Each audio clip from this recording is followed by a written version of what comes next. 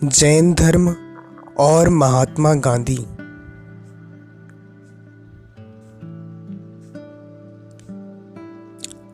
सत्य और अहिंसा के बल पर भारतवर्ष को स्वतंत्र कराने वाले अहिंसक क्रांतिकारी मोहनदास करमचंद गांधी का जन्म 2 अक्टूबर 1869 को पोरबंदर गुजरात में हुआ था।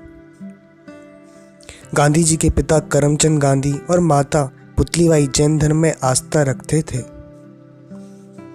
श्री रोमन रोलैंड ने अपनी पुस्तक महात्मा गांधी में पृष्ठ क्रमांक 2 पर लिखा है कि गांधी जी के माता पिता हिंदुस्तान में जैन धर्म की शिक्षाओं के अनुयायी थे जो अहिंसा से प्रेरित हैं। अहिंसा दर्शन से तात्पर्य किसी भी प्राणी को चोट पहुंचाना नहीं है, जो इसका मूलभूत सिद्धांत है। इसी दर्शन को गांधी जी ने संपूर्ण विश्व में डंका बजाते हुए बड़े गर्व के साथ फैलाया। जैन धर्म के अनुसार करुणा का सिद्धांत ही वह मार्ग है जो हमें ईश्वर के पास ले जाता है, ना कि केवल बुद्धिमत्ता।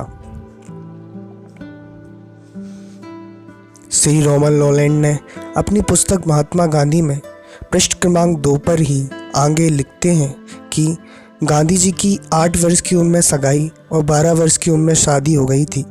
19 वर्ष की उम्र में अपनी वकालत की पढ़ाई पूरी करने के लिए जब वे लंदन जाने लगे तो उनकी माता ने उन्हें जैन मुनि से 3 नियम दिलाए: कभी मांस नहीं खाना, कभी मदिरा नहीं पीना, कभी परस्त्री सेवन नहीं करना।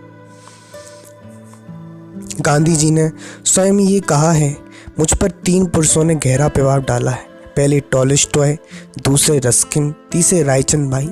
आगे गांधी जी कहते हैं कि मैंने बहुतों के जीवन में से बहुत कुछ सीखा है, परंतु सबसे अधिक किसी के जीवन से मैंने ग्रहण किया हो वह कवि के जीवन से है। दया धर्म भी मैंने उनके जीवन से सीखा है। खून करने वाले से भी प्रेम करना, ऐसा दया धर्म मुझे कवि ने सिखाया है।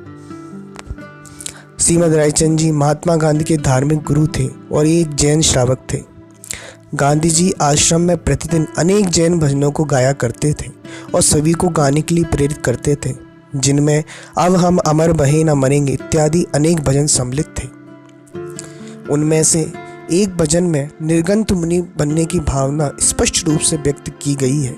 उस काव्य की प्रारंभिक 4 पंक्तियां निम्न प्रकार हैं: अपूर्व अवसर ऐसा किस दिन आएगा, कब होगा वायांतर निर्गंत, जब सर्व संबंध का बंधन तीक्ष्ण छेद कर, विचरूंगा कब महत पुरुष के पंथ जब।